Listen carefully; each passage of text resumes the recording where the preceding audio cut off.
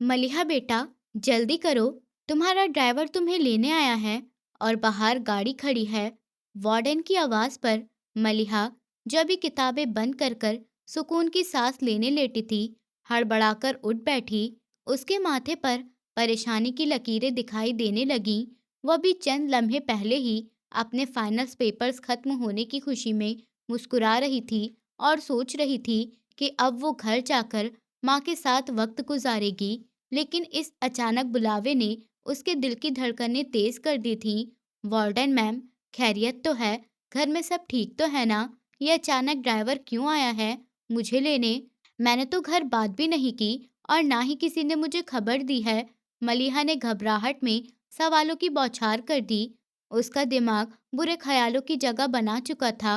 Warden ने कंधे उचकाते हुए बेपरवाही से जवाब दिया, मुझे नहीं मालूम मलिहा, बस तुम्हारे घर से फ़ोन आया था कि कोई इमरजेंसी है और ड्राइवर भेज रहे हैं, तुम्हें तुरंत रवाना कर दिया जाए। तुम जल्दी से एप्लीकेशन लिखो और सामान पैक करो, वो बाहर इंतज़ार कर रहा है। ये कहकर वार्डन कमरे से निकल गई और मलिहा वहीं बिस्तर के किनारे बैठ गई। दिल में अजीब सा ख्याल सर उठा रहे थे। ऊपर वाले, खैर करना, ये अचानक बुलावा तो कभी नहीं आया। कहीं माँ को तो कुछ नहीं हो गया? उसने कांपते हाथों से मोबाइल उठाया और घर का नंबर मिलाया, लेकिन दूसरी तरफ नंबर लगातार बंद जा रहा था। उसकी परेशानी और ज़्यादा बढ़ गई। उसके हाथ पांव ठंडे पड़ रहे थे। उसने जल्दी से ज़रूरी सामान बैग में डाला और भारी कदमों से हॉस्टल के गेट की तरफ बढ़ गई। मलिहा ने गाड़ी का दरवाज़ा खोला और बैठते ही सवाल किया, करीम चाचा, अम्मी ठीक हैं? चाचा जान ठीक हैं? कोई बोल क्यों नहीं रहा? करीम बख्श ने गाड़ी स्टार्ट करते हुए सिर्फ इतना कहा, बीबी जी, हवेली पहुंचकर सब पता चल जाएगा। गाड़ी हाईवे पर दौड़ रही थी, लेकिन मलिहा की नजरें खिड़की से बाहर वीरान रास्तों पर जमी हुई थीं। शाम के साए गहरे होते जा रहे थे और साथ ही उसके दिल का डर भी बढ़ता जा रहा था। सफर लंबा था, लेकिन उसकी सोचों का सफर उससे भी ज्यादा लंबा और थका देने वाला था। रात की गहराई फैल चुकी थी जब गाड़ी गांव की कच्ची सड़कों पर मुड़ी और हवेली के बड़े गेट के सामने जा रुकी। हवेली, जो हमेशा रोशनी और चहल पहल से भरपूर होती थी, आज मातम का घर बनी हुई थी। हर तरफ एक अजीब सा दुख भरा सन्नाटा महसूस हो रहा था। आमतौर पर उसके आने पर नौकर और उसकी माँ खुशी से निहाल हो जाते थे, लेकिन आज हर तरफ सन्नाटा था। वो तेज कदमों से औरतों वाले हिस्से की तरफ बढ़ी। बरामदे में दाखिल होते ही उसे धीमी धीमी रोने की आवाजें सुनाई दी। माँ, क्या हुआ है? मलिहा चीख कर अपनी माँ की तरफ लपकी और उन्हें झंझोड़कर पूछा, आप रो क्यों रही हैं? और घर में ये कैसा माहौल है? मुझे बताएं, मैं परेशान हो गई हूँ। नुसरत बेगम ने सर उठाकर अपनी बेटी को देखा तो उनकी हिचकियां बंद हो गईं। उन्होंने तड़पकर मलिहा को गले लगाया और जोर जोर से रोने लगी। मेरी बच्ची बर्बाद हो गई। मेरी फूल सी बच्ची को बेकसूर क्रूज पर चढ़ाया जा रहा है। नुसरत बेगम के शब्द मलिहा के सर पर हथौड़े की तरह लगे। माँ, ऊपर वाले के लिए पहेलियां मत बुझाएं, साफ साफ बताएं क्या हुआ है। मलिहा का दिल जोर जोर से धड़क रहा था और उसे महसूस हो रहा था कि वो सांस नहीं ले पा रही। अचानक कमरे के दरवाजे पर एक भारी और गरजदार आवाज गूंजी। मैं बताता हूँ कि क्या हुआ है। मलिहा ने पलटकर देखा। उसके चाचा जहांगीर खान दरवाजे पर खड़े थे। उनके चेहरे पर सख्ती और आंखों में एक अजीब सी बेरहमी और क्रूरता थी। उनके पीछे दो हथियारबंद गार्ड भी खड़े थे। चाचा जान, माँ क्यों रो रही हैं? और आपने मुझे अचानक हॉस्टल से क्यों बुलवा लिया? मेरे तो अभी पेपर्स खत्म हुए थे। मैं रिजल्ट के बाद आने वाली थी। मलिहा ने आदर से मगर बहुत परेशानी से पूछा। जहांगीर खान कमरे में दाखिल हुए और एक कुर्सी पर बैठते हुए बोले, मलिहा, तुम्हारे पास वक्त कम है, इसलिए ध्यान से सुनो। फैसल से एक बहुत बड़ी गलती हो गई। जज्बात में आकर उसके हाथों शाह हवेली का छोटा वारिस सिकंदर शाह का छोटा बेटा कत्ल हो गया है। मलिहा के पैरों तले से जमीन निकल गई। कमरा घूमता हुआ महसूस हुआ। फैसल भाई से कत्ल? ये आप क्या कह रहे हैं चाचा जान? ये कैसे मुमकिन है? हाँ, ये सच है और अब पंचायत ने फैसला सुना दिया है। जहांगीर खान ने सख्त लहजे में कहा।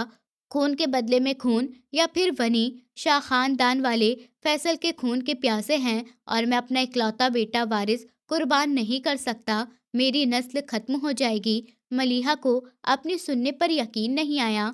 वो बेयकीनी से कभी चाचा को और कभी अपनी रोती हुई माँ को देखने लगी। उसे समझ आ गया था कि उसकी माँ क्यों रो रही थी, कि उसे क्रूस पर चढ़ाया जा रहा है। तो इसमें मेरा क्या कसूर है चाचा जान? आपका बेटा कत्ल करे और सजा मैं काटूं? मैं क्यों बदला बनूं? मैं एक पढ़ी लिखी लड़की हूं और ये जाहिलाना फैसला हरगिज नहीं मानूंगी। मलिहा ने पहली बार ऊंची आवाज में बात की। उसके अंदर की बगावत जाग उठी थी।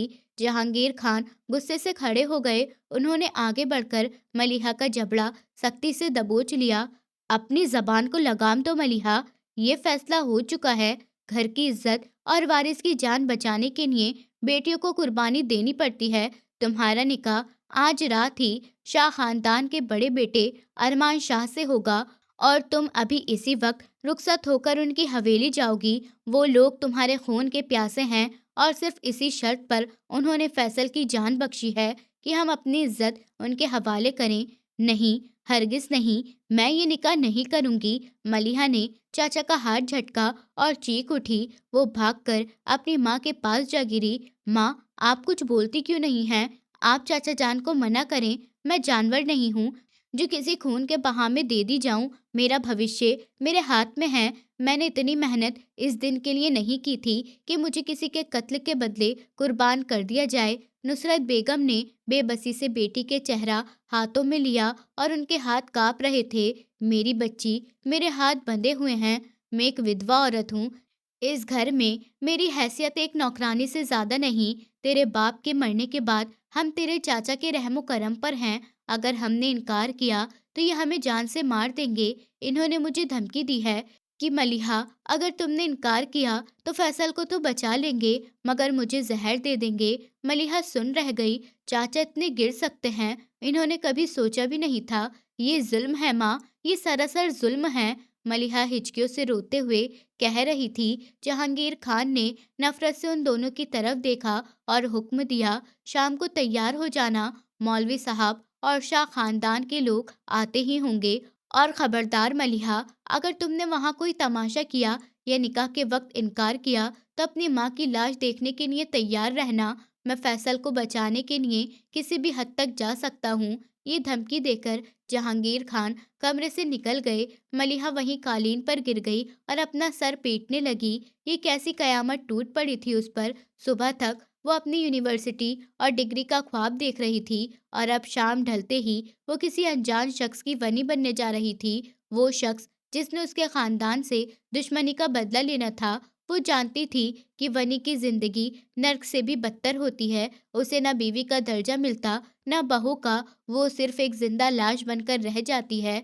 वक्त तेजी से गुजर रहा था। हवेली की पुरानी नौकरानियां उसके पास आईं और उसे जबरदस्ती उठाकर तैयार करने लगी। मलिहा का वजूद बेजान हो चुका था। न उसने कोई जेवर पहना, न कोई मेकअप किया। बस एक सुर्ख रंग का पुराना सादा जोड़ा उसे पहना दिया गया जो शायद उसकी दादी के जमाने का था और उसमें से अजीब सी पुरानी महक आ रही थी। मलिहा को वो दुल्हन का जोड़ा नहीं बल्कि अपना कफन लग रहा था। उसकी किताबें, उसका मोबाइल, सब कुछ छीन लिया गया था। उसकी पहचान मिटाई जा रही थी। कमरे में मौत का सा सन्नाटा था। नुसरत बेगम एक कोने में रो रही थी।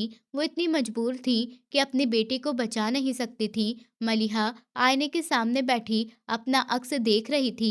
सूजी हुई आंखें, बिखरे हुए बाल और चेहरे पर उदासी। क्या यही वो दिन था जिसके हर लड़की ख्वाब देखती है? उसने सोचा था कि उसकी बारात आएगी, ढोल बाजे होंगे, लेकिन आज उसकी इज्जत का जनाजा निकलने वाला था। थोड़ी देर बाद बाहर से शोर सुनाई दिया। शायद बारात आ गई थी, या यूं कहें कि उसे ले जाने वाले जल्लाद आ गए थे। शाह खानदान के मर्द हथियारों के साथ हवेली में दाखिल हुए थे, जैसे वो दुल्हन लेने नहीं बल्कि विजय करने आए हों। नौकरानी ने आकर खबर दे दी, बेबी जी, मौलवी साहब आ गए हैं। निकाह का वक्त हो गया है, जल्दी चले, बुलाया है। मलिका का दिल चाहा कि वो भाग जाए, कहीं दूर निकल जाए, खिड़की से कूद जाए, लेकिन कहाँ जाती। बाहर पहरे थे और अंदर माँ की मजबूरियाँ। वो सर झुकाए वहीं बैठी रही। उसके पैर जैसे भारी हो गए थे। चाचा जहांगीर खान कुछ मर्दों के साथ कमरे में दाखिल हुए। उनके साथ एक उम्र-दराज मौलवी साहब थे, जिनके चेहरों पर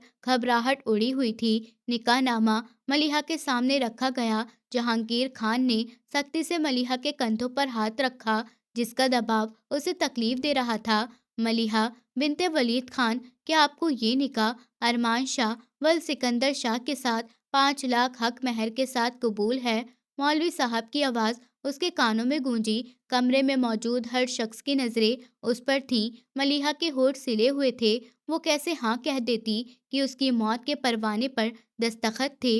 5 लाख हक महर, ये उसकी कीमत थी जो लगाई गई थी। जहांगीर खान ने खासकर उसे चेतावनी दी और उसके कान के करीब झुककर बहुत धीमी आवाज़ से बोले, माँ की ज़िंदगी प्यारी है तो दस्तखत कर दो। मलिहा ने तड़प कर अपनी माँ की तरफ देखा, जो दरवाजे की ओट में खड़ी आंसू बहा रही थी। माँ की आंखों में विनती थी कि बेटी, मेरे खातिर खामोश रहना। मलिहा के अंदर कुछ टूट गया। उसने अपनी माँ की जिंदगी के बदले अपनी जिंदगी का सौदा कर लिया। मलिहा ने आंखें बंद कर लीं और एक आंसू की बूंद गाल पर लुढ़क गई। उसने कांपते हाथों से कलम थामा। उसका हाथ बुरी तरह से कांप रहा था, जैसे उसमें जान ही ना हो। बड़ी मुश्किल से उसने कागज पर लकीरें खींची जो उसके दस्तखत थे। कबूल है। उसकी आवाज़ उसके अपने कानों तक भी मुश्किल से पहुंचती थी, जैसे गले में कांटे चुभ रहे हों। मुबारक हो, मुबारक हो। कमरे में खोखली मुबारकबादें गूंजी। जहांगीर खान के चेहरे पर सुकून आ गया कि उनका बेटा बच गया, भले भतीजी की जिंदगी बर्बाद हो गई। निकाह के तुरंत बाद रुखसती का शोर मच गया। उसे एक लम्हे की मोहलत भी न दी गई। वो अपनी माँ के गले लगकर इतना रोई कि उसे होश ही ना रहा। उसकी माँ उसे छोड़ना नहीं चाह रही थी, लेकिन जहांगीर खान ने जबरदस्ती उन्हें अलग किया। मुझे माफ कर देना मेरी बच्ची, मैं तेरे लिए कुछ न कर सकी। मैं एक बदकिस्मत माँ हूँ। नुसरत बेगम की आवाज़ डूब रही थी। माँ, मैं आपको कभी माफ़ नहीं करूँगी और न इस हवेली के लोगों को। आप सबने मिलकर मुझे ज़िंदा दफ़न कर दिया। मलिहा ने दिल में अहद किया और ख़ुद को माँ से अलग कर लिया। उसकी आंखों का पानी सूख चुका था, पर अब वहाँ सिर्फ वीरानी थी। उसे काले शीशों वाली एक बड़ी गाड़ी में बिठा दिया गया। उसके साथ कोई नहीं था, ना कोई सहेली, ना कोई रिश्तेदार जो उसे दिलासा देता। वो तन्हा दुश्मनों के बीच जा रही थी। ड्राइविंग सीट पर एक अजनबी शख्स था और साथ वाली सीट पर एक हथियारबंद गार्ड जो उसे अपराधियों की तरह घूर रहा था। गाड़ी हवेली से निकली और अंधेरे रास्तों पर दौड़ने लगी। शाह हवेली का फासला ज्यादा नहीं था, लेकिन ये चंद मिनट मलिहा पर सदियों की तरह गुजरे। गाड़ी एक आलीशान हवेली के गेट से अंदर दाखिल हुई। गाड़ी पोर्च में रुकी। गार्ड ने दरवाजा खोला, लेकिन अदब से नहीं। उतरे बीबी जी। गार्ड की आवाज़ सख्त और रूखी थी। मलिहा कांपती टांगों के साथ गाड़ी से उतरी। सामने बरामदे में कुछ औरतें खड़ी थीं। उनके चेहरों पर हमदर्दी नहीं, बल्कि तंज और नफरत थी। वो सब उसे ऐसे देख रही थीं जैसे कोई अजीब प्राणी हो। आ गई अपराधियों की बेटी। एक तेज तर्रार औरत की आवाज़ आई, जो खूबसूरत मगर बहुत घमंडी दिखाई दे रही थी। ये शाह हवेली की बड़ी बहू जरीना बेगम थी। उन्होंने आगे बढ़कर मलिहा को सर से पांव तक देखा और नफरत से थूका, तुम्हारे भाई ने हमारे घर का चिराग बुझाया है। अब हम तुमसे वो बदला लेंगे कि तुम मौत की दुआ मांगोगी। मलिहा ने सर झुका लिया। वो जानती थी कि ये कांटों का बिस्तर है और उसे अब यहीं जीना और यहीं मरना है। उसका शौहर कौन है, कहाँ है, उसे कुछ मालूम नहीं था। उसे बस इतना पता था कि वो वनी है और वनी का कोई घर नहीं होता, कोई सम्मान नहीं होता। जरीना बेगम ने इशारा किया तो एक नौकरानी जैसी सख्त मिजाज औरत ने बाजू से मलिहा को पकड़ा और खींचते हुए हवेली के अंदर ले गई। मलिहा का बाजू दर्द से दुख रहा था, लेकिन उसने उफ तक न की। ये है तुम्हारा कमरा, आज से यही तुम्हारी दुनिया है। उस औरत ने उसे हवेली के पिछले हिस्से में मौजूद एक कमरे में धक्का दिया और दरवाजा बाहर से बंद कर दिया। कुंडी लगने की आवाज़ मलिहा के दिल पर चली। मलिहा दरवाजे से टेक लगाकर जमीन पर बैठ गई। कमरा सजा हुआ नहीं था, बल्कि किसी पुराने गोदाम की तरह वीरान था, जिसमें धूल मिट्टी और नमी थी। ये उसकी सुहागरात नहीं थी, बल्कि कैद की पहली रात थी। उसने घुटनों में सर दिया और फूट फूट कर रो पड़ी। उसकी नई जिंदगी का आगाज आंसू और डर के साए में हो चुका था। बाहर रात का सन्नाटा था और अंदर उसकी रूखी चीखें। वो नहीं जानती थी कि कल का सूरज उसके लिए कोई नई परीक्षा लेकर उगेगा। सुबह की पहली किरण अभी खिड़की से अंदर दाखिल हुई थी कि कमरे का दरवाजा एक जोरदार धमाके से खुला। मलिहा, जो रात भर जमीन पर रोते रोते बड़ी मुश्किल सोई थी, हड़बड़ाकर उठ बैठी। उसका पूरा जिस्म दर्द से टूट रहा था, क्योंकि जिस चटाई पर वो सोई थी वो बहुत पतली और जमीन सख्त ठंडी थी। उसके सामने एक भारी भरकम और डरावनी महिला खड़ी थी, जिनकी आंखों में नफरत के अंगारे दहक रहे थे। ये शाह हवेली की बड़ी बहू जरीना बेगम थी। उनके हाथों में चाबियां थीं, जिनकी खनखनाहट ने माहौल में एक अजीब सा डर पैदा कर दिया था। उठो नवाबजादी, यहाँ तुम कोई मेहमान बनकर नहीं आई हो जो दोपहर तक सोती रहोगी। जरीना बेगम ने आगे बढ़कर मलिहा के बालों में उंगलियां फंसाईं और उसे झटके से खड़ा किया। मलिहा का सर चकरा गया। अभी उसे होश भी नहीं आया था कि इस हमले ने उसे होश गंवा दिया। मलिहा के मुंह से एक दर्दनाक चीख निकली। भाभी, प्लीज मेरे बाल छोड़ दें, मुझे दर्द हो रहा है, मैं उठ रही हूँ, ऊपर वाले के लिए छोड़ दें। उसकी आवाज में नींद के नशे की जगह डर ने ले ली थी। उसकी आंखों से बेखुद आंसू बह रहे थे। जरीना ने उसे एक जोरदार धक्का देकर फर्श पर गिराया। मलिहा का सर दीवार से टकराया और उसकी आंखों के सामने तारे नाचने लगे। दर्द तो अभी शुरू हुआ है लड़की। तुम कातिलों के घर से आई हो और कातिल की बहन की जगह इस घर के बिस्तरों पर नहीं बल्कि पैरों में होती है।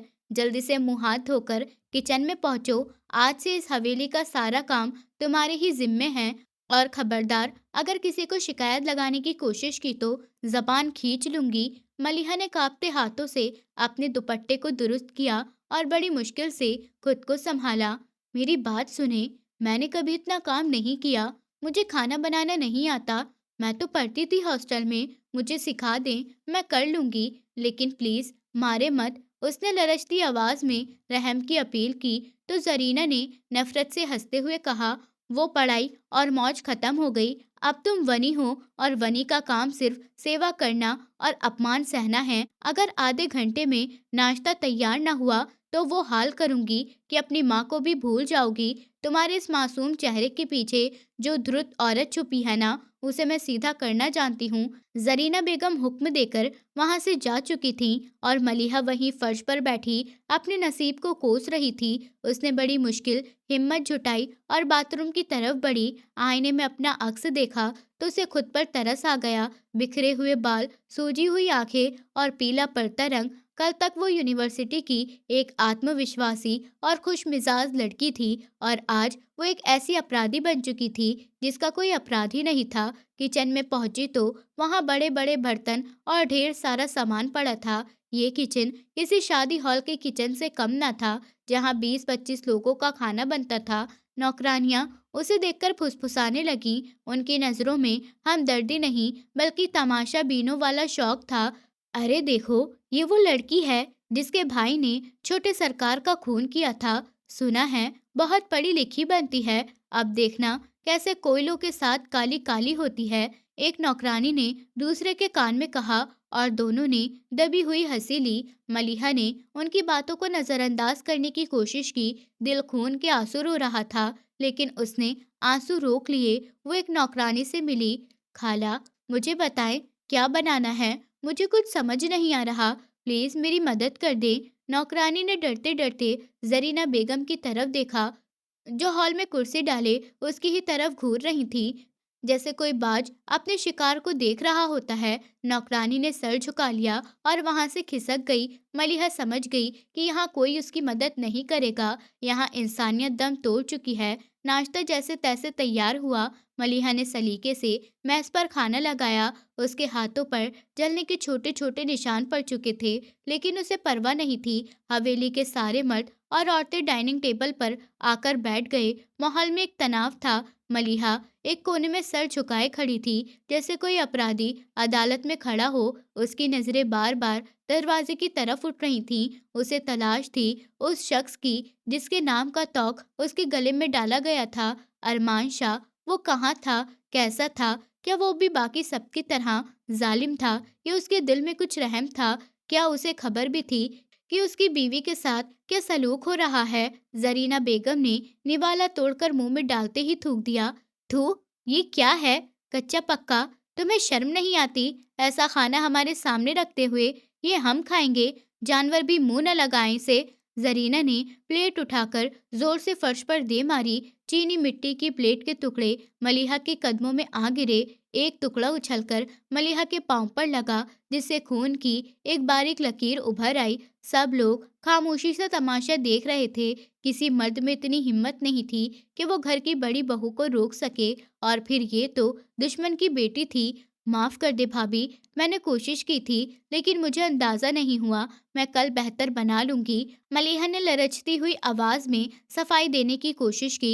उसके हाथ जुड़े हुए थे। जरीना ने गुस्से से उठकर उसके करीब जाकर एक जोरदार थप्पड़ उसके गाल पर मारा। चटाक की आवाज पूरे हॉल में गूंजी। मलिहा का चेहरा दूसरी तरफ घूम गया। अपनी सफाइयां अपने पास रखो। अगर शाम का खाना खराब हुआ तो मैं तुम्हारा हाथ चूल्हे पर रख दूंगी। दफा हो जाओ यहाँ से और जाकर सफाई करो। तुम्हारी शक्ल देखकर ही मेरा खून खौलता है। मलिहा गाल पर हाथ रखे वहां से भाग खड़ी हुई। वो अपने कमरे में आकर दरवाजा बंद करके खूब रोई। ऊपर वाले, मेरी मदद कर, मुझे यहाँ से निकाल ले या मुझे मौत दे दे। तू तो जानता है ना कि मैं बेकसूर हूँ। मेरा भाई कसूरवार है तो सजा मैं क्यों काटूं? उसकी हिचकियां बंद हो गई थीं और वो देर तक रोती रही। दिन इसी तरह से गुजर गए। एक दिन, हफ्ता और फिर पूरा महीना बीत गया। मलिहा का वजूद काम की ज्यादा और मानसिक यातना से पस्त हो चुका था। उसका रंग, जो कभी गुलाब की तरह खिलता था, पीला पड़ चुका था और आंखों के गिर्द काले नुमाया हो गए थे। काले घेरे हो गए थे। हाथों की त्वचा सख्त हो गई थी और इस दौरान उसने अरमान शाह को एक बार भी नहीं देखा था। सुना था वो शहर गए हुए हैं और शायद उसे इस बात की परवाह भी नहीं थी कि उसके घर में एक लड़की किस हाल में जी रही है। मलिहा अक्सर सोचती थी कि क्या उसका शौहर इतना मजबूत है कि उसने पलटकर खबर तक न ली? क्या वो उसे वाकई इतना नापसंद करता है कि अपनी शक्ल तक दिखाना गवारा नहीं किया? शायद वो भी चाहता था कि मलिहा घुट घुट कर मर जाए। जिन सवालों के जवाब उसके पास नहीं थे और ना ही कोई देने वाला था। हवेली में उसकी हैसियत एक अछूत जैसी थी। उसे बचा कुचा खाना दिया जाता और सोने के लिए वही ठंडा फर्श था। वो रातों को उठ उठकर दुआएं मांगती। ऊपर वाले, तू तो न्यायी है, मेरे साथ भी न्याय कर। मेरे भाई के गुनाह की सजा मुझे क्यों मिल रही है? एक दोपहर गर्मी अपने चरम पर थी। जून का महीना था और किचन भट्टी की तरह तप रहा था। हवेली में मेहमान आए हुए थे और किचन में बहुत ज्यादा काम था। जरीना बेगम का हुक्म था कि आज स्पेशल डिशेस बनेंगे। मलिहा अकेली सब कुछ संभाल रही थी। गर्मी और थकावट से उसका बुरा हाल था। उसे पसीना तरबतर कर रहा था और गले में कांटे चुभ रहे थे। वो चम्मच हिला रही थी कि अचानक चक्कर आने से वो दीवार का सहारा लेने लगी। उसकी आंखों के आगे अंधेरा छा गया। वो वही सिंक के पास बैठ गई। उसी समय उसकी तवज्जो हटी और जलने की बू उठने लगी। ये बू बहुत तेज थी। मलिहा के होश उड़ गए। उसने जल्दी से लड़खड़ाते हुए उठकर चूल्हा बंद किया, लेकिन देर हो चुकी थी। जलने की बू पूरे किचन में फैल गई थी। इतने में जरीना बेगम तूफान की तरह किचन में दाखिल हुई। उनके नथने गुस्से से फूल रहे थे। ये क्या किया तुमने मनहूस लड़की? सारा जला दिया। तुम किस चीज का बदला ले रही हो हमसे? बाहर मेहमान बैठे हैं, मैं उन्हें क्या खिलाऊंगी? राग? जरीना बेगम का पारा सातवें आसमान पर था। उनकी आंखों में गुस्सा था।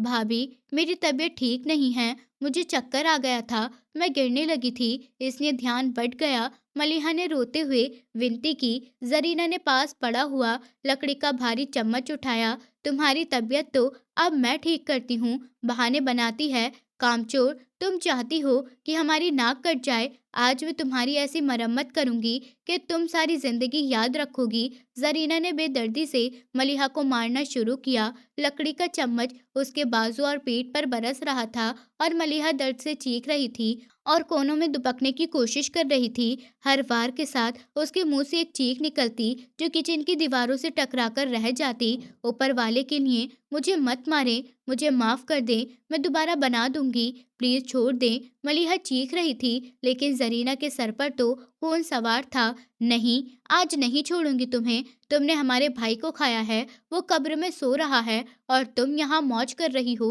और अब हमारा अनाज ज़ाया कर रही हो। जरीना ने उसके बाल पकड़कर उसे जमीन पर घसीटा। मलिहा दम तोड़ रही थी। उसे अपनी आंखों के सामने अंधेरा छाता महसूस हो रहा था। उसे लगा आज उसकी जिंदगी का आखिरी दिन है। तभी किचन के दरवाजे पर एक साया नमूदार हुआ। एक लंबा और मजबूत शख्स वहां खड़ा था। उसके चेहरे पर थकावट थी, जैसे अभी सफर से आया हो। कपड़ों से गर्द और हाथ में ब्रीफकेस। लेकिन सामने का मंजर देखकर उसकी आंखों में गहरा गुस्सा उमड़ आया। उसने देखा कि घर की बड़ी बहू एक निहत्थी लड़की पर जानवरों की तरह हिंसा कर रही हैं।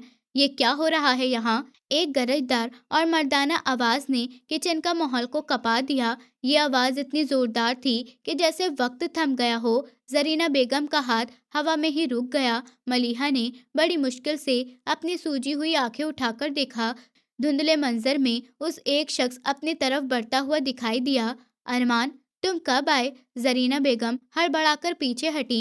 उनके चेहरे पर घबराहट उड़ने लगी। चम्मच उनके हाथ से गिर गया। अरमान शाह ने अपनी भाभी की बात का जवाब नहीं दिया।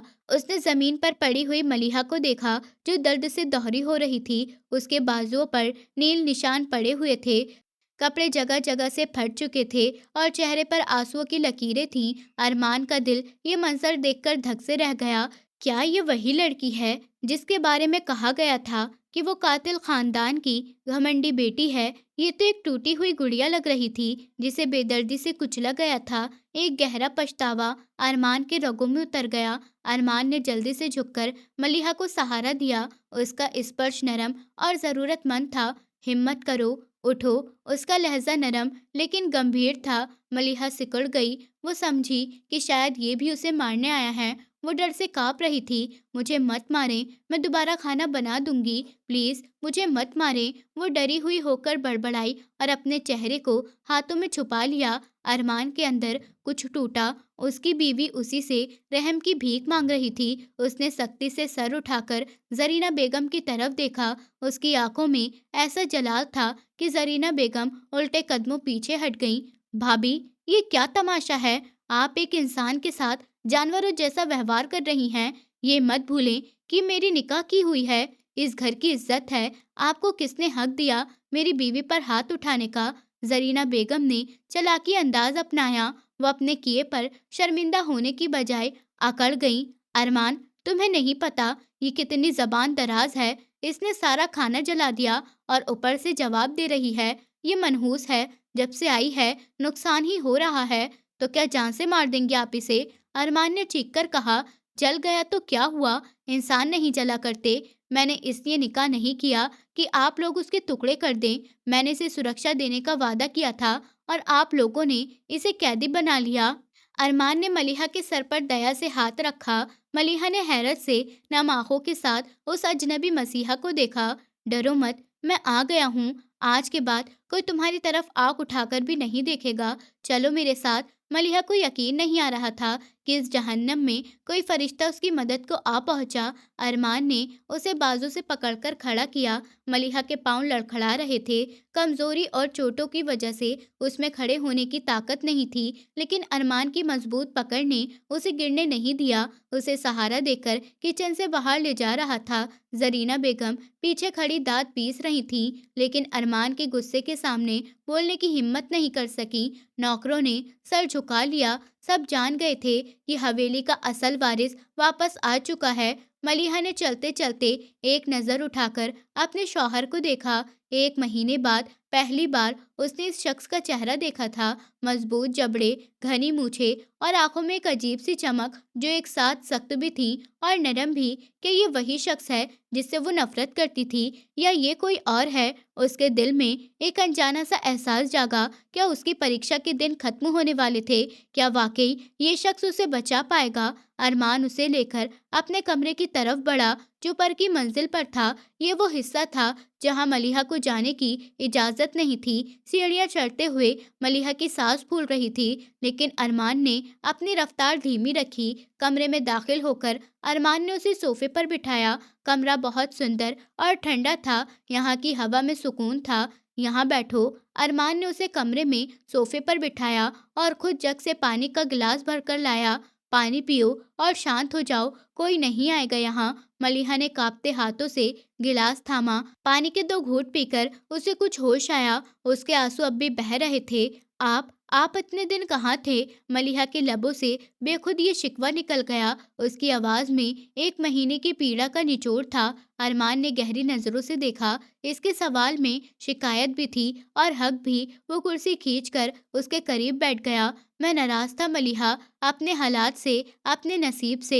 मैं नहीं देखना चाहता था तुम्हें, क्योंकि तुम्हारा चेहरा मुझे मेरे भाई की याद दिलाता था। मैं समझता था कि तुमसे दूर रहकर मैं अपना गुस्सा ठंडा कर लूंगा, लेकिन मैं गलत था, बहुत गलत। मुझे नहीं मालूम था कि मेरी अकड़ की सजा तुम्हें भुगतनी पड़ेगी। अरमान घुटनों के बल उसके सामने बैठ गया। उसने मलिहा के जख्मी हाथों को देखा और उसकी आंखों में नमी तैर गई। मुझे अंदाजा नहीं था कि मेरी गैर मौजूदगी में तुम्हारे साथ ये सब होगा। मुझे लगा था कि तुम आराम से अपने कमरों में रहोगी, लेकिन यहाँ तो तुम्हें कैदी बना लिया गया। मैं शर्मिंदा हूँ मलिहा। मलिहा की आंखों से फिर आंसू बह निकले, वो जो इतने दिन से पत्थर बने हुई थी। अरमान के नरम लहजे ने उसे पिघला दिया। वो अपना संयम खो बैठी। मैं वापस जाना चाहती हूँ, प्लीज मुझे मेरे घर भेज दें। मैं यहाँ नहीं रह सकती, वो मुझे मार देंगे, मैं मर जाऊंगी यहाँ। मलिहा ने रोते हुए कहा। उसका पूरा वजूद लरज रहा था। अरमान ने उसके हाथ पर अपना हाथ रखा।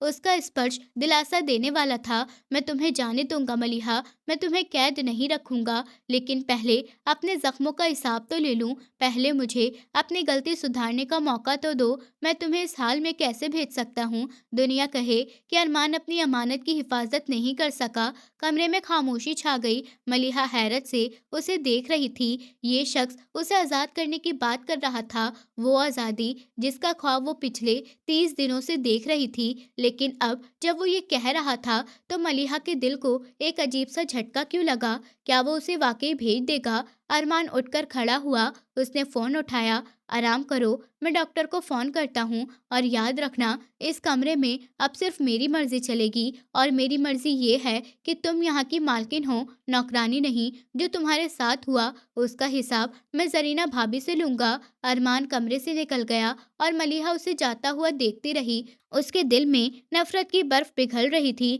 और उसकी जगह एक नई उम्मीद जन्म ले रही थी। क्या ये शख्स वाकई उसका रक्षक बन सकता है? अरमान शाह के आने के बाद हवेली की हवा में एक खामोशी मगर स्पष्ट बदलाव आ चुका था। वो कमरा जो कल तक मलिहा के लिए कैद खाने से कम नहीं था, अब एक आश्रय बन चुका था। डॉक्टर मलिहा के जख्मों की मरहम पट्टी करके जा चुका था और उसे चंद दिन पूरे आराम की सलाह दी गई। दरवाजा खुला और अरमान हाथ में ट्रे लिए अंदर दाखिल हुआ। उसने ट्रे साइड टेबल पर रखी और एक कुर्सी खींचकर उसके करीब बैठ गया।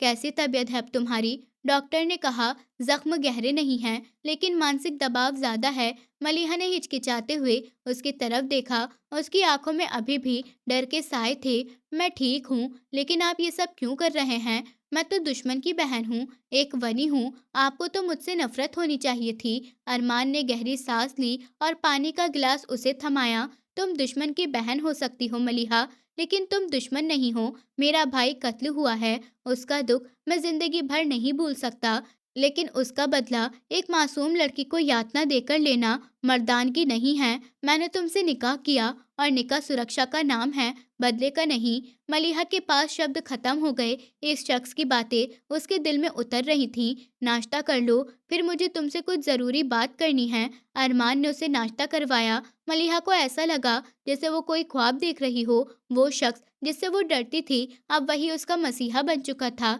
नाश्ते के बाद अरमान ने गंभीरता से उसकी तरफ देखा।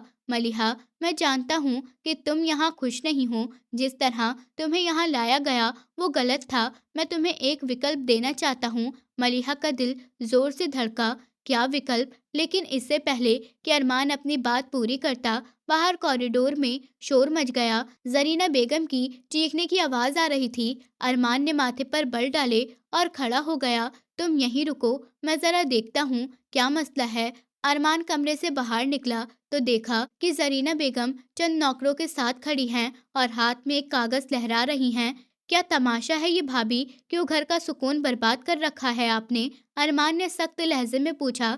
जरीना ने नफरत से अरमान के कमरे की तरफ इशारा किया। सुकून तो उस मनहूस लड़की ने बर्बाद किया है, तुम जिसे मजलूम समझकर सर पर बिठा रहे हो, दरअसल एक सांप है जो तुम्हें डसने की तैयारी कर रही है। अरमान ने ठंडी नजरों से उन्हें देखा। शब्दों का चुनाव सही रखें, वो मेरी बीवी है। जरीना ने तंज भरी हंसी ली और कागज अरमान की तरफ बढ़ाया। बीवी नहीं, जासूस है। ये खत देखो जो मैंने अभी नौकर से पकड़ा है। उसे बाहर भेजने जा रहा था ये खत। उसने अपने चाचा जहांगीर को लिखा है। इसमें साफ लिखा है कि वो तुम्हारे करीब आकर तुम्हारा विश्वास जीतेगी और फिर मौका मिलते ही तुम्हें जहर दे देगी ताकि अपने खानदान की दुश्मनी खत्म कर सके। अरमान ने कागज थामा, उस पर लिखी लेखनी पढ़ी। वाकई शब्द बहुत जहरीले थे। मलिहा जो दरवाजे की ओट में ये सब सुन रही थी, उसके पैरों तले से जमीन निकल गई। वो दौड़ती हुई बाहर आई। नहीं, ये झूठ है, मैंने ऐसा कोई खत नहीं लिखा। ऊपर वाले की कसम, मैंने कलम को हाथ तक नहीं लगाया। मलिहा रोते हुए अरमान के कदमों में गिरने वाली थी कि अरमान ने उसे बाजू से थाम लिया। जनीना बेगम विजयी अंदाज में मुस्कुराई। देखो, चोर की दाढ़ी में तिनका कैसे गिड़गिड़ा रही है। अरमान, इसे अभी और इसी वक्त गोली मार दो, इससे पहले कि तुम्हें मार दे। ये खून की प्यासी है, इसका खून गंदा है। मलिहा का चेहरा पीला पड़ चुका था। वह अरमान की तरफ देख रही थी, जिसकी आंखें कागज पर जमी थीं। अगर अरमान ने यकीन कर लिया तो आज उसकी मौत तय थी। अरमान, क्या सोच रहे हो? फैसला करो, जरीना ने उकसाया। अरमान ने धीरे से सर उठाया और मलिहा की आंखों में देखा। मलिहा की आंखों में सच्चाई की पीड़ा थी। अरमान ने वो कागज अपने हाथों में लिया, सबके सामने उसे फाड़ कर टुकड़े टुकड़े कर दिया। जरीना बेगम की आंखें हैरत से फट गईं। ये तुमने क्या किया अरमान? सबूत मिटा दिया? तुम पागल हो गए हो इस लड़की के प्यार में? अरमान ने कागज के टुकड़े हवा में उछाले और बहुत ठंडे लहजे में बोला, ये सबूत नहीं, झूठ है भाभी। रही बात इस खत की, तो मैं अपनी बीवी की लिखावट को पहचानता हूँ, क्योंकि निकाह नामे पर दस्तखत मैंने खुद करवाए थे। ये लिखावट मलिहा की नहीं है। दूसरी बात, जिस नौकर का आप जिक्र कर रही हैं, उसे तो मैंने 2 घंटे पहले बाजार भेजा था। वो वापस ही नहीं आया, तो आपने उससे खत कैसे पकड़ लिया? कॉरिडोर में सन्नाटा छा गया। जरीना बेगम का चेहरा लाल हो गया। उनका झूठ इतनी आसानी से पकड़ा जाएगा, उन्होंने सोचा भी नहीं था। ये तुम मुझ पर शक कर रहे हो, अपने भाई की विधवा पर? जरीना ने बात घुमाने की कोशिश की। अरमान ने मलिहा का हाथ मजबूती से थामा और सबके सामने ऐलान किया, शक नहीं, यकीन है भाभी। आपकी नफरत ने आपको अंधा कर दिया। आज के बाद अगर किसी ने मलिहा पर इल्जाम लगाया, उसकी तरफ गंदी आंख से देखा, तो ये समझे कि उसने अरमान शाह को चुनौती दी है। मलिहा इस घर की मालकिन है और उसकी इज्जत मेरी इज्जत है। ये कहकर अरमान मलिहा को लेकर वापस कमरे में आ गया और दरवाजा बंद कर दिया। मलिहा जो अभी तक सदमे में थी, फूट फूट कर रो पड़ी। आपको यकीन था कि मैंने वो खत नहीं लिखा? मलिहा ने हिचकियों के बीच पूछा और अरमान ने उसे बेड पर बिठाया और खुद उसके सामने बैठ गया। मुझे यकीन था, क्योंकि तुम्हारी आंखें झूठ नहीं बोल सकती, और वैसे भी जो लड़की एक चींटी को मारने से डरती हो, वो किसी इंसान को जहर देने का तो सोच भी नहीं सकती। मैं जानता हूँ मलिहा, तुम बनी होकर आई हो, कातिल बनकर नहीं। मलिहा को लगा जैसे उसके दिल का बोझ हल्का हो गया। इस शख्स ने न सिर्फ उसकी जान बचाई थी, बल्कि उसकी इज्जत और चरित्र की भी रक्षा की थी। शुक्रिया, मलिहा ने धीमी आवाज में कहा। शुक्रिया की जरूरत नहीं है, ये मेरा फर्ज था। चांद ढल चुका था।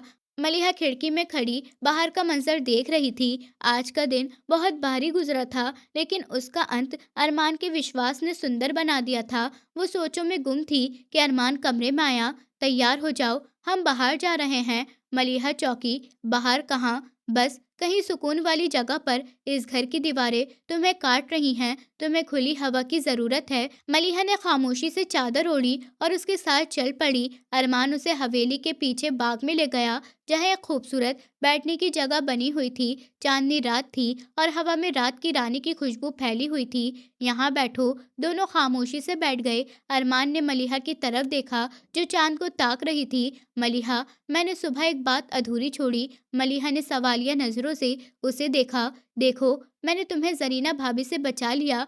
मैं तुम्हें सारी दुनिया से बचा सकता हूँ, लेकिन मैं तुम्हें खुद से नहीं बचा सकता। अगर तुम इस रिश्ते से खुश नहीं हो, अरमान की आवाज़ में एक अजीब सी उदासी थी। मैं जानता हूँ तुम्हारे ख्वाब थे, तुम पढ़ना चाहती थी, अपनी ज़िंदगी जीना चाहती थी। ये वनी का तौक तुम्हारे पैरों की जंजीर बन गया। मैं नहीं चाहता कि तुम सारी ज़िंदगी मुझसे डरो, डर कर या मुझ पर बोझ बनकर गुजारो। मलिया खामोश रही। वो समझ नहीं पा रही थी कि अरमान क्या कहना चाहता है। मैं तुम्हें आज़ाद करने का सोच रहा हूँ। अरमान ने बम फोड़ा। मलिहा ने चौंक कर उसे देखा। आज़ाद का क्या मतलब? तलाक? नहीं, तलाक नहीं। अरमान ने जल्दी से इनकार किया। मैं तुम्हें वो हक देना चाहता हूँ जो समाज ने तुम्हें दिया, खुला, या फिर अगर तुम चाहो तो अलग रहकर अपनी पढ़ाई पूरी कर सकती हो।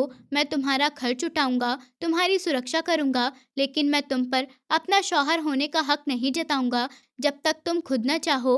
मलिहा हैरत के समंदर में डुबकी खा रही थी। एक वनी को आज़ादी का परवाना मिल रहा था। ये तो असंभव था। आप ऐसा क्यों करेंगे? आपने तो बदला लेना था।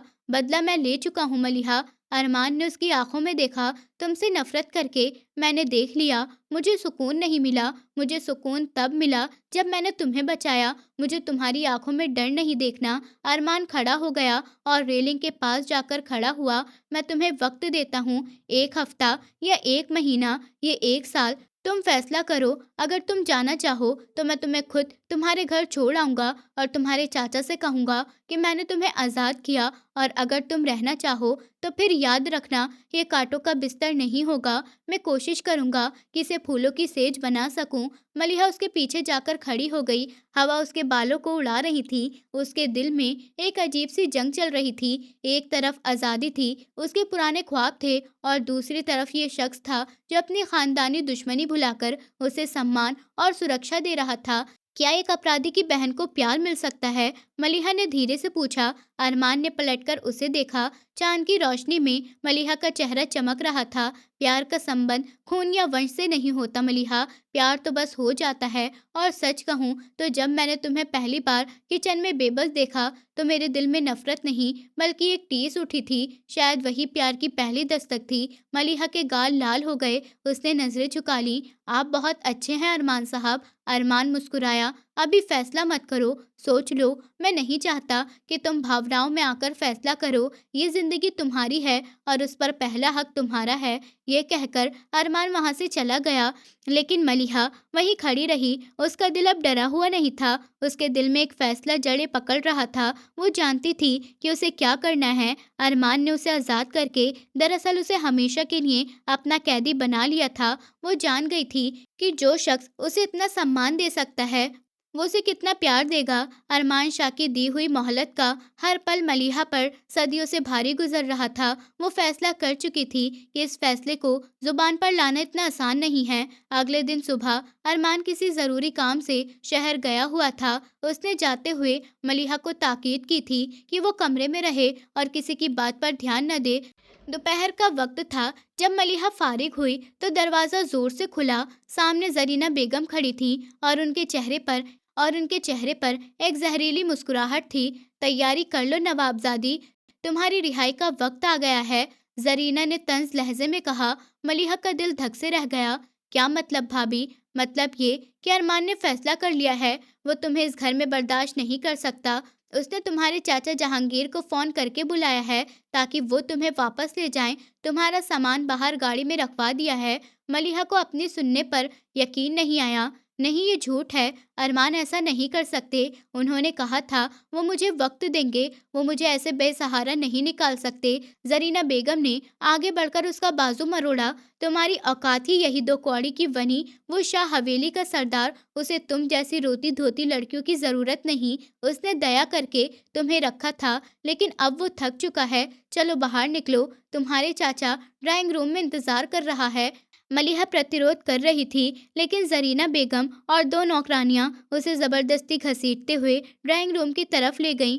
वहां सोफे पर जहांगीर खान बड़े इत्मीनान से बैठे चाय पी रहे थे। उन्हें देखकर मलिहा के तो तन बदन में आग लग गई। ये वही शख्स था जिसने अपने बेटे की जान बचाने के लिए उसे कुर्बान कर दिया था। चाचा जान आप? मलिहा की आवाज में हैरत और गुस्सा दोनों थे। हाँ बेटी, मैं तुम्हें लेने आया हूँ। अरमान साहब ने पैगाम भेजा था कि उस रिश्ते को खत्म करना चाहते हैं। चलो अच्छा है, तुम घर वापस चलो, मैं तुम्हारी शादी कहीं और कर दूंगा। सेठ नवाज का रिश्ता आया है तुम्हारे लिए। मलिहा को लगा जैसे बिजली उसके सर पर गिरी हो। उसे भी इस घर से निकलने की बात हो रही थी और चाचा ने उसका सौदा दोबारा करने का सोच भी लिया था। मैं कहीं नहीं जाऊंगी और ना ही मैं आपके साथ जाऊंगी। अरमान जब तक खुद आकर मुझे नहीं कहेंगे, मैं इस घर से कदम बाहर नहीं निकालूंगी। मलिहा ने चीख कर कहा। जरीना बेगम ने गुस्से से उसे धक्का दिया। बड़ी जबान चलने लगी है तुम्हारी, निकल यहाँ से। जहांगीर खान ने आगे बढ़कर मलिहा का हाथ पकड़ लिया और उसे खींचने लगे।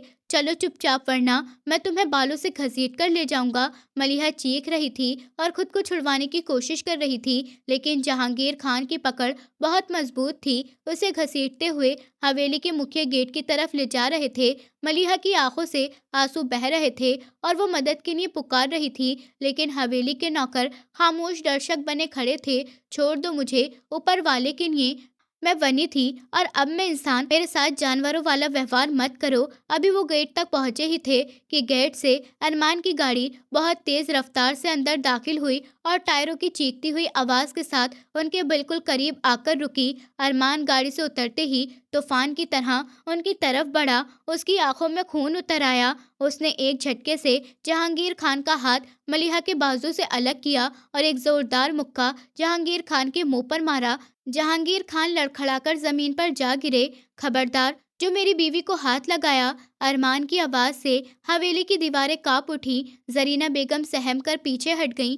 अरमान, ये तो बस इसे लेने आए थे। जरीना ने हकलाते हुए सफाई देने की कोशिश की। अरमान ने नफरत से जरीना की तरफ देखा। बस बहुत हो गया भाभी, मैं आपकी इज्जत करता था, लेकिन आपने मेरी नेकी का गलत फायदा उठाया। मैं सब जानता हूँ। मैंने जहांगीर की और आपकी वो कॉल रिकॉर्डिंग सुन ली है जिसमें आपने पैसे देकर मलिहा को ले जाने का कहा। मलिहा हैरत से कभी अरमान को और कभी जमीन पर पड़े अपने चाचा को देख रही थी। तो ये सब एक साजिश थी। चाचा उसे लेने नहीं बल्कि बेचने आए थे। अरमान ने जहांगीर खान के कॉलर से पकड़कर उन्हें उठाया। ले जाओ अपने इस मनहूस कदमों को मेरे घर से। मलिहा मेरी बीवी है और यहीं रहेगी, और अगर आज के बाद तुम या तुम्हारे खानदान का कोई शख्स यहाँ नजर आया तो मैं भूल जाऊंगा कि तुम मेरे बुजुर्ग हो। जहांगीर खान डरे हुए वहां से भाग खड़े हुए। अरमान ने मुड़कर जरीना बेगम को देखा। और आप भाभी, आपने इस घर का सुकून बर्बाद कर दिया। आज से इस घर की मालकिन मलिहा है। तमाम चाबियां और अधिकार उसके पास होंगे, और अगर आपको ये मंजूर नहीं तो आप अपने मायके जा सकती हैं। अरमान ने मलिहा की तरफ देखा जो अभी तक कांप रही थी। उसने आगे बढ़कर अपनी चादर उसके गिर्द लपेटी और नरमी से पूछा, तुम ठीक हो मलिहा? मलिहा ने सर हिलाया, लेकिन उसके आंसू रुकने का नाम नहीं ले रहे थे। अरमान ने सबके सामने उसका हाथ थामा और उसे लेकर अंदर चला गया। नौकर सर झुकाए खड़े थे। आज सब पर स्पष्ट हो गया था कि मलिहा अब वनी नहीं बल्कि इस हवेली की सरदारनी है। कमरे में आकर अरमान ने मलिहा को सोफे पर बिठाया और खुद उसके सामने घुटनों के बल बैठ गया। मलिहा अभी तक सिसक रही थी। मुझे माफ कर दो मलिहा, मैं जानता हूँ मैंने देर कर दी। अगर मैं वक्त पर ना पहुँचता तो पता नहीं वो तुम्हारे साथ क्या करते। अरमान की आवाज़ में पछतावा था। मलिहा ने भीगी हुई आंखों से देखा। आपको कैसे पता चला मुझे ले जाने वाले हैं? मुझे शक था मलिहा। जरीना भाभी की हरकतें मुझे बता रही थीं कि वो कुछ ना कुछ जरूर करेंगी। मलिहा के दिल में उस शख्स के लिए प्यार का एक सैलाब उमड़ आया। मलिहा ने नजरें उठाकर अरमान के चेहरे को देखा। वो शख्स जो उसे आज़ादी दे रहा था, क्या वो खुद उसे रोकना नहीं चाहता था? आप मुझे क्यों भेजना चाहते हैं अरमान? क्या मैं आप पर बोझ हूँ? मलिहा ने सवाल किया। अरमान ने तड़प कर उसका हाथ थामा। बोझ नहीं हो, तुम मेरी जिंदगी हो, लेकिन मैं जबरदस्ती का रिश्ता नहीं चाहता। मैं चाहता हूँ कि तुम दिल से मुझे कबूल करो। मैं तुम्हें वनी बनाकर नहीं बल्कि अपने जीवन साथी बनाकर रखना चाहता हूँ। मलिहा की आंखों में आंसू आ गए, लेकिन उसने अपना फैसला सुना दिया। अरमान शाह उसे समय दे चुका था कि अगर वो उसके साथ ये रिश्ता मनाना चाहती है तो वो जा सकती है, कोई जबरदस्ती नहीं। अरमान की ये बातें सुनकर उसके दिल को सुकून भी मिला था, लेकिन एक तरफ से बहुत ज्यादा नुकसान था, क्योंकि ये रिश्ता अब जबरदस्ती का नहीं, अब ये प्यार का रूप ले रहा था। मलिहा खामोश रही। कमरे में घड़ी की टिक टिक सुनाई दे रही थी। अरमान उसकी खामोशी को इनकार समझा। उसके चेहरे पर एक साया सा लहराया उसने धीरे से मलिहा का हाथ छोड़ दिया। मैं समझ गया, शायद तुम्हारे लिए मेरा साथ रहना मुश्किल है। कोई बात नहीं, मैं इंतजार करूंगा। अरमान उठने लगा तो मलिहा ने जल्दी से उसका हाथ पकड़ लिया। जबरदस्ती मैं अभी भी नहीं करूंगा। अरमान ने उसकी तरफ देखा और धीमी आवाज में बोला। मलिहा ने उसकी तरफ देखा। उसकी आंखों में अब डर नहीं बल्कि एक नया जज्बा था। अगर मैं कहूँ कि मुझे ये निकाह कबूल है, तो मलिहा के शब्दों ने जैसे वक्त को रोक दिया। अरमान को लगा कि उसने गलत सुना। क्या कहा तुमने? अरमान ने अविश्वास से पूछा। अगर मैं कहूँ कि मैं कहीं नहीं जाना चाहती क्योंकि मेरा घर यही है और मेरा रक्षक भी यही है। मलिहा ने नजरें झुकाकर स्वीकार कर लिया। अरमान शाह के चेहरे पर खुशी की एक लहर दौड़ गई। उसने मलिहा का चेहरा अपने दोनों हाथों में थाम लिया। तो मैं कहूँगा कि मैं कब से तुम्हारा इंतजार कर रहा था। मैं कब से इन शब्दों को सुनने के लिए तरस रहा था। आंखों में आंसू थे और लबों पर मुस्कुराहट। अरमान शाह ने उसे सच में अपने जीवन साथी बनाया था। उसी पल उसने खींचकर उसे खुद के करीब किया और बोला, पता है, जब से तुम्हें देखा है तब से बेचैन हूँ कि कब ये फासले मिटेंगे। आज तो अपना हक वसूल करके रहूंगा। आखिर बीवी हो तुम मेरी। इस बात पर वो खिलखिलाकर हंसी और अपना सर उसके सीने में छुपा लिया। यूं दोनों का प्यार अपने अंजाम को पहुंचा।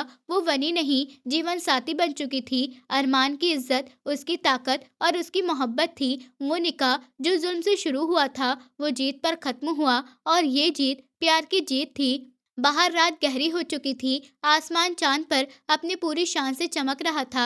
अरमान ने मलिहा का हाथ पकड़ा और उसे खिड़की के करीब ले गया। ठंडी हवा के झोंके अंदर आ रहे थे जो उनके चेहरे को छू रहे थे। अरमान ने चांद की तरफ इशारा करते हुए बोला, देख रही हो, आज चांद पूरा है। मलिहा ने आसमान की तरफ देखा।